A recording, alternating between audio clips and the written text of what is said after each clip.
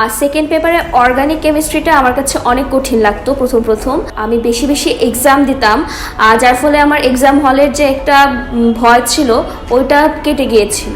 আমি যদি first year থেকে একটু একটু করে প্রিপারেশন নিই তাহলে অনেকটা হেল্পফুল হবে।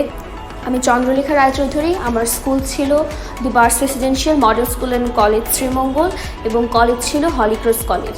আমি এবছর মেডিকেল ভর্তি পরীক্ষায় জাতীয় মেধায় ৭৪তম হয়ে ঢাকা মেডিকেলে পড়ার সুযোগ অর্জন করেছি।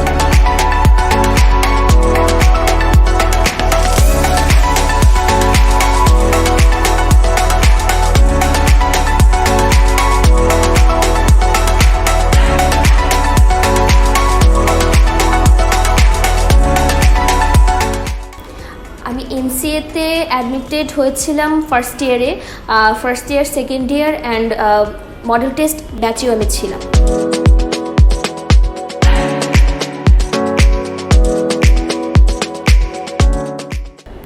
মেডিকেলের প্রিপারেশনটা বলতে আমি লাস্টে শুরু করি নাই, আমি ফার্স্ট ইয়ারে মাঝামাঝি থেকে স্টার্ট করি। অ্যান্ড তখন আমার কাছে যে জিনিসটা সবচেয়ে চ্যালেঞ্জিং লাগতো সেটা হলো কেমিস্ট্রি।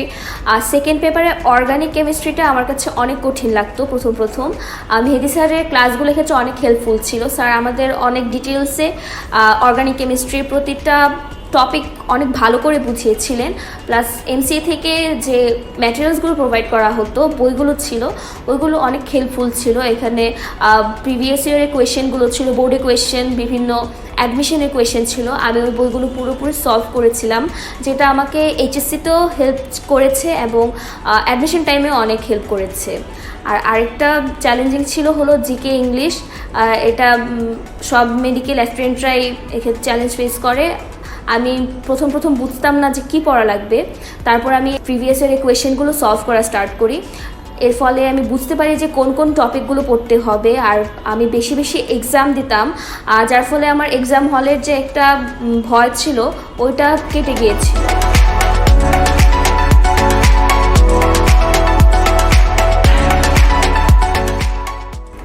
যারা মেডিকেলে ভর্তি পরীক্ষা দিতে চাও, অর্থাৎ মেডিকেল অ্যাসপিরেন্ট যারা, তাদের জন্য আমার একটা পরামর্শ থাকবে যে মেডিকেলের প্রিপারেশনটা ওই এইচএসসি পরে 2 মাসে না নিয়ে আমি যদি ফার্স্ট ইয়ার থেকে একটু একটু করে প্রিপারেশন নিই তাহলে অনেকটা হেল্পফুল হবে। কারণ মেডিকেলে এক্সট্রা 2টা সাবজেক্ট থাকে, যেটা আমি আগেই বলেছি, জিকে ইংলিশ।